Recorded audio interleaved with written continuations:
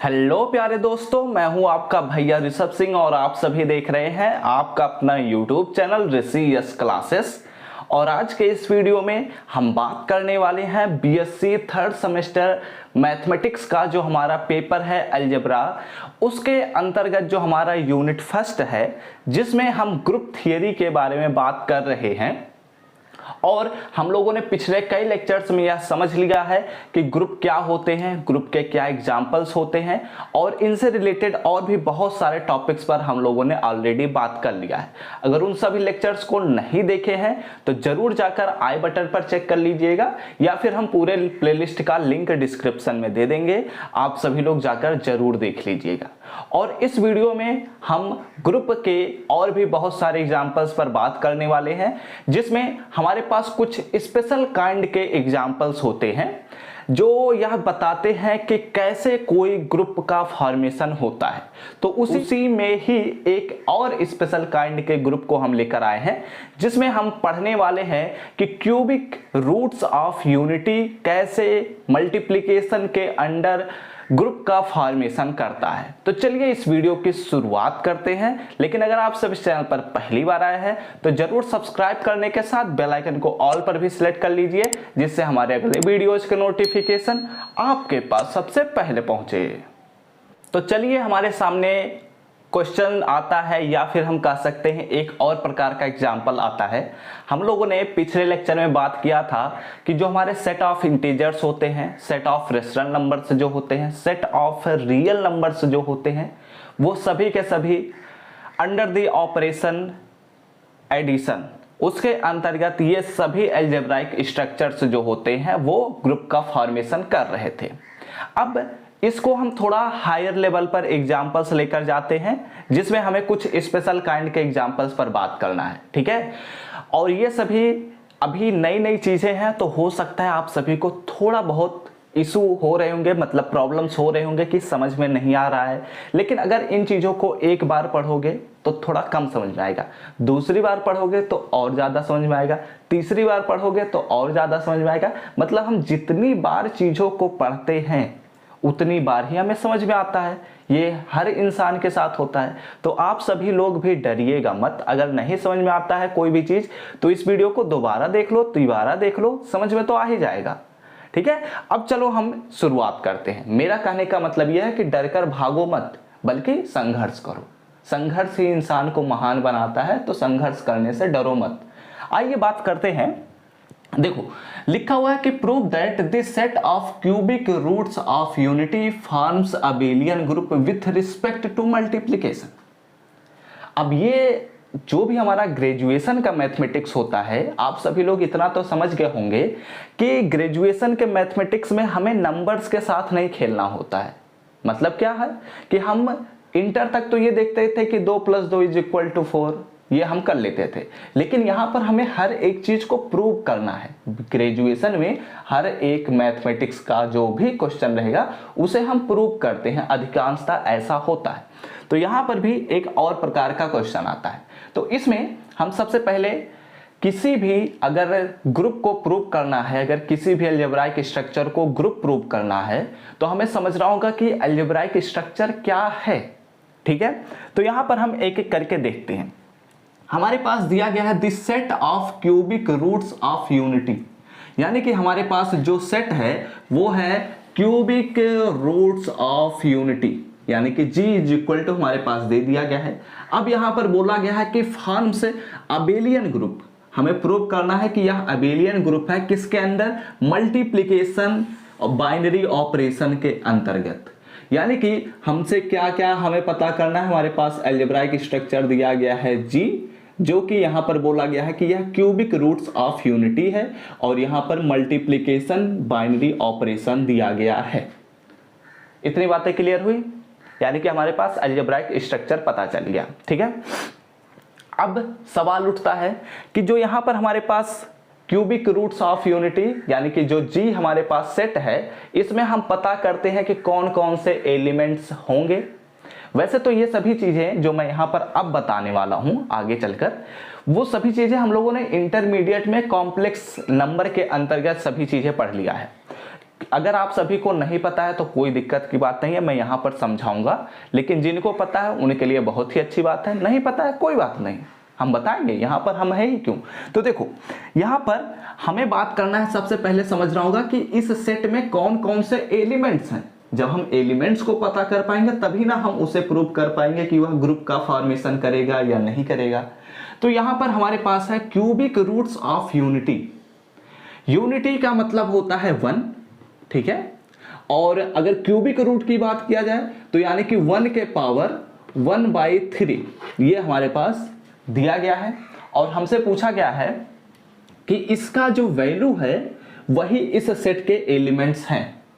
तो अब इसके वैल्यू को हम कैसे निकालेंगे, इस पर हम बात करते हैं। वैसे तो नॉर्मल तौर पर हम जानते हैं कि अगर 1 का स्क्वायर करते हैं तो 1 मिलता है, 1 का क्यूब करते हैं तो 1 मिलता है, 1 का अंडर रूट यानी कि वर्गमूल लेते हैं तब भी 1 मिलता है।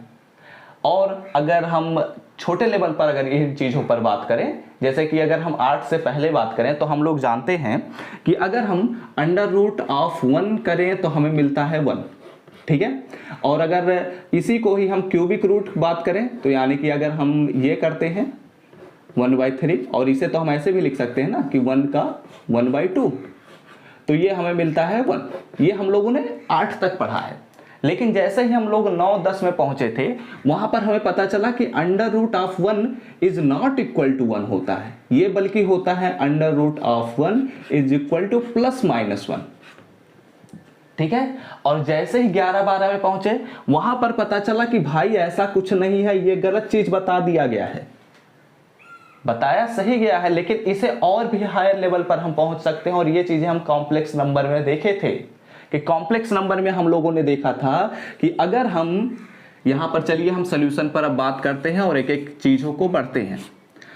देखो हम लोगों ने जब कॉम्प्लेक्स नंबर में पढ़ा था कि अगर 1 के पावर 1/3 है तो इसे हम सपोज कर लेते हैं कि यह x के बराबर है, ठीक है।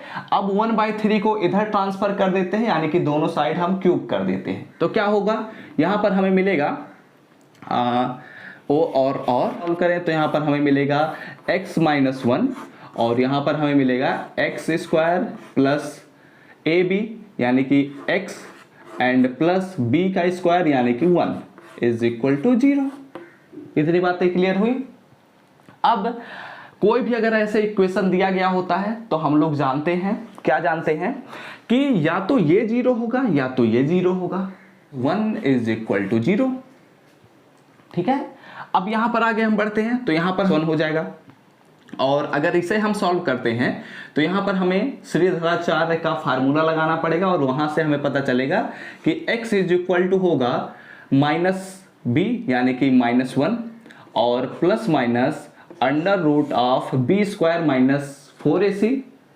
तो अगर यहां पर हम बात करें b² यानी कि 1 का स्क्वायर और -4 × 1 × 1 यानी कि 4, और अपॉन में क्या मिलेगा 2a यानी कि 2। अब ये तो पता ही होगा कि कैसे हमने किया है। अगर ये भी नहीं पता है तो भाई आप लोग मैथमेटिक्स गलती कर दिए लेकर, आप लोगों को बेसिक चीज़ें और पढ़ने की ज़रूरत है। आप लोग 9th का बुक उठा लीजिएगा, वहाँ पर ये चीज़ें मिल जाती हैं, ठीक है। तो पढ़ो ज़रूर, मेहनत करो, मेहनत करने से ही सब कुछ होता है। देखो यहाँ पर आगे हम बढ़ते हैं तो अगर इसे हम सॉल्व करते हैं तो हमें मिलेगा और इसे हम थोड़ा और सॉल्व कर देते हैं, क्योंकि हम लोग जान चुके हैं कि अगर हमारे पास कोई वैल्यू है, जैसे मान लेते हैं -√3 है, तो ये हम लिख सकते हैं कि √3 × √-1, और हम जान चुके हैं कि इंटरमीडिएट में अगर -1 लिखा गया है तो यानी कि ये आयोटा को डिनोट करता है, ठीक है। तो यहाँ पर उसी का ही हम उपयोग करेंगे और यहाँ पर लिख देंगे -1 ± आयोटा √3, ठीक है। ये तो हो जाएगा, अपॉन में 2 हो जाएगा। इतनी बातें तो क्लियर हो रही होंगी। तो अब यहां से हमें पता चल गया कि 2 रूट यहां पर भी है और 1 रूट यहां पर भी है, ठीक है। तो इसे हम पूरा समराइज कर देते हैं। तो यानी कि अगर हम बात करते हैं तो 1 मिलेगा और दूसरा हमें मिलेगा -1 आयोटा √3/2। ये हमें 3 वैल्यूज मिल रही हैं, किसकी, हमें किसकी वैल्यू मिल रही है, ये x की वैल्यू मिल रही है। और x इज इक्वल टू क्या है हमारे पास 1 के पावर 1/3 यानी कि क्यूबिक रूट्स ऑफ यूनिटी। तो यहां से हमें क्या बात पता चला कि 1 के पावर 1/3 यानी कि cubic root of unity is not equal to 1, बल्कि किसी भी 1 का अगर हम क्यूबिक रूट ले रहे हैं तो उसके पास 3 वैल्यूज मिलेंगी और जो कि इस प्रकार होंगी। अब ये चीजें कॉम्प्लेक्स नंबर के अंतर्गत होती हैं, ये हम लोग पहले जान चुके हैं इंटरमीडिएट में ही। अगर नहीं पता है तो कोई बात नहीं है, यहां पर मैं बता रहा हूं तो सुन लो। देखो अब ये चीजें जब पता चला तो मैथमेटिक्स की दुनिया हिल गई, क्योंकि ऐसा पता चल गया कि भाई ये तो अलग ही चीज हो गया। तो यहां पर साइंटिस्टों ने और भी ज्यादा रिसर्च करना शुरू कर दिया। साइंटिस्ट ना कहें, मैथमेटिशियन कहें तो ज्यादा अच्छा वर्ड होगा, क्योंकि ये मैथमेटिक्स का है। तो अगर यहां पर हमने देखा, हमने नहीं साइंटिस्टों ने, मैथमेटिशियंस ने देखा कि अगर हम इसका स्क्वायर करते हैं, किसका स्क्वायर करते हैं, -1 प्लस आयोटा रूट 3/2, अगर इसका स्क्वायर करते हैं तो ये वैल्यू हमें मिल जाता है, और इसका स्क्वायर करते हैं तो ये वैल्यू हमें मिल जाता है। देखे, इसका स्क्वायर हम कह रहे हैं, आप यकीन मत करिए, आप खुद से भी ट्राई कर सकते हैं। इसका स्क्वायर कर दीजिए, ये वैल्यू मिल जाएगा। इसका स्क्वायर कर दीजिए, ये वैल्यू मिल जाएगा। चाहे तो करके देख सकते हैं। और यहां पर बातें खत्म नहीं हुई। फिर उन्होंने क्या कहा, साइंटिस्टों ने, मैथमेटिशियंस ने क्या कहा कि जो हमारे पास 1 है इसे 1 ही लिखो, लेकिन ये जो वैल्यू है इसे आप ओमेगा लिख दीजिए, और ये जो वैल्यू है चूंकि यह इसका स्क्वायर है, यह इसका स्क्वायर है, तो ओमेगा अगर इसको हम लिख रहे हैं तो इसको हम ओमेगा स्क्वायर लिख सकते हैं ना, क्योंकि ये वैल्यू इसका स्क्वायर है। अगर आप कह रहे हैं कि ओमेगा ये है तो ये ओमेगा स्क्वायर होगा, ठीक है। अगर आप कह रहे हैं ये ओमेगा है तो ये ओमेगा स्क्वायर होगा, यानी कि जब दोनों एक दूसरे के स्क्वायर ही हैं तो चाहे हम इसको ओमेगा कहें चाहे इसको ओमेगा कहें, इसको W कहें तो ये W स्क्वायर होगा, इसको आप A कह रहे हैं तो ये A स्क्वायर होगा, अगर इसको आप शर्मा कह रहे हैं तो ये शर्मा स्क्वायर होगा। मतलब क्या है कि मैथमेटिशियंस ने एक प्रॉपर वर्ड दे दिया कि 1 तो हम लिखेंगे ही, लेकिन अगर हमें इतना बड़ा वर्ड लिखना रहेगा तो हम कहेंगे कि ओमेगा है, और ओमेगा ये है तो ये ओमेगा स्क्वायर होगा। तो इसलिए हमने ऐसा लिख दिया, ठीक है। अब अगर कहीं भी कॉम्प्लेक्स नंबर के अंतर्गत ओमेगा आपको दिखेगा तो समझ जाना omega is equal to -1 plus iota root 3/2 है, या फिर -1 माइनस आयोटा रूट 3/2 है। दोनों में से कोई भी एक हो सकता है, ठीक है। तो यहां से हमें क्या पता चला कि जो 1 का क्यूबिक रूट है उसके एलिमेंट्स ये मिले, और यही हमारा जी सेट है। कौन सा सेट है? यही हमारा जी सेट है, क्योंकि इसमें इतने एलिमेंट्स आते हैं। तो यहां से हमें क्या पता चला कि जो हमारा जी सेट है उसके ये एलिमेंट्स हैं। अब हमें प्रूव करना है कि ये जो हमारे पास जी सेट हैं, जो हमारे पास जी सेट हैं, ये जी सेट इस मल्टीप्लिकेशन बाइनरी ऑपरेशन के अंतर्गत ग्रुप का फॉर्मेशन करेगा या नहीं करेगा, इसके बारे में हमें प्रूव करना है, ठीक है। तो ये चीजें आपको तो लिखना नहीं है, लेकिन ये चीजें आपको लिखना है, ठीक है। और यहां पर आपको लिख देना है ऊपर, given that the cubic root of unity, ठीक है। उसके बाद ये चीजें आपको लिखनी है, ठीक है। तो ये आप लोग एक बार ये स्क्रीनशॉट ले लीजिएगा, और यहां से हमारे पास अगला स्टेप बढ़ेंगे, क्योंकि यहां पर हम लोगों ने ये चीजें प्रूव कर दिया कि कैसे हमारे पास क्यूबिक रूट ऑफ यूनिटी के 3 वैल्यूज मिलते हैं, ठीक है। एक्चुअली आप लोग जब बुक में देखेंगे तो ये डायरेक्ट दिया गया है, लेकिन डायरेक्ट हम नहीं बात करेंगे क्योंकि यहाँ पर हमें समझाना है। बुक का क्या काम है, बुक आपको बता देता है कि ऐसी चीजें होती है, लेकिन जो बेसिक चीजें हैं वहाँ हमें अपने आप से दिमाग लगाना पड़ता है, और यहाँ पर आप पढ़ने आए हैं तो आपको समझाना ही रहेगा मुझे, ठीक है। तो इसलिए आप लोग इसका स्क्रीनशॉट ले लीजिएगा, और कॉपी पेन लेकर बैठे हैं तो जरूर अच्छी बात है, नोट डाउन कर लीजिए। 1 2 3 गॉन। तो अब चलिए हमारा अगला काम शुरू होता है। हम लोगों ने अभी तक देख लिया कि सेट जो है हमारे पास, जो क्यूबिक रूट्स ऑफ यूनिटी हैं, उनका क्या सेट है, उनमें कौन कौन से एलिमेंट्स हैं, ये हम लोगों ने प्रूव कर दिया, देख लिया। अब हमें प्रूव करना है कि जो हमारा सेट है वह मल्टीप्लिकेशन के अंतर्गत ग्रुप का फॉर्मेशन करता है या नहीं करता है। वैसे एग्जाम्पल ही है तो ग्रुप का फॉर्मेशन करेगा, लेकिन कैसे करेगा इसके बारे में हम बात कर रहे हैं। तो हमारे पास जी सेट दिया गया है, हमें प्रूव करना है to show that the algebraic structure of the set of cubic roots of unity with respect to multiplication is a group. Let us construct, हम क्या करते हैं, हम एक कंस्ट्रक्ट करते हैं, मतलब हम एक चीज बनाते हैं जिसे हम कहते हैं कायले कंपोजिशन टेबल। अब सवाल उठता है कि कायले कंपोजिशन टेबल क्या होता है। तो कायले कंपोजिशन टेबल कोई अलग दुनिया से नहीं आया है, इसी दुनिया का है, इसी गोला का है। तो अब यहाँ पर हम एक एक चीज को समझेंगे। देखो, कायले कंपोजिशन टेबल आप सभी के लिए नई चीज है, मैं मानता हूं नई चीजें हैं, लेकिन नई चीजें ही तो हमें पढ़ना है, पुरानी चीजें पढ़कर क्या करेंगे। तो नई चीजों को हम कैसे पढ़ेंगे इसके बारे में देखिए क्या है कि ये चीजें अगर हमें प्रूव करना होता है, जैसे हमें प्रूव करना है तो हमें 4 कंडीशन दिखाने होंगे, तभी ना पता चलेगा कि ये ग्रुप है। पहला क्लोजर लॉ, दूसरा एसोसिएटिव लॉ, तीसरा आइडेंटिटी एलिमेंट, चौथा इनवर्स एलिमेंट। तो अगर हम इस सेट के एलिमेंट्स को उठाकर ऑपरेट करेंगे एक दूसरे से, तो ये बहुत ही लॉन्ग प्रोसेस हो जाएगा। इसीलिए मैथमेटिशियंस ने एक छोटा प्रोसेस बनाया जिससे हम प्रूव कर सकें कि कोई भी सेट है तो वह किसी ऑपरेशन के अंतर्गत कैसे ग्रुप का फॉर्मेशन करेगा। इसी के लिए कायले कंपोजिशन टेबल आया, और यह मल्टीप्लिकेशन के लिए अलग होता है, एडिशन के लिए अलग होता है। तो यहां पर हम बात करेंगे मल्टीप्लिकेशन कंपोजिशन टेबल के ऊपर। तो चलिए समझते हैं कि कंपोजिशन टेबल कैसे हम बनाते हैं। यहां पर हमारा सबसे पहला काम होगा कि जो टेबल होता है उसमें सबसे पहला 2 लाइन खींच दीजिए।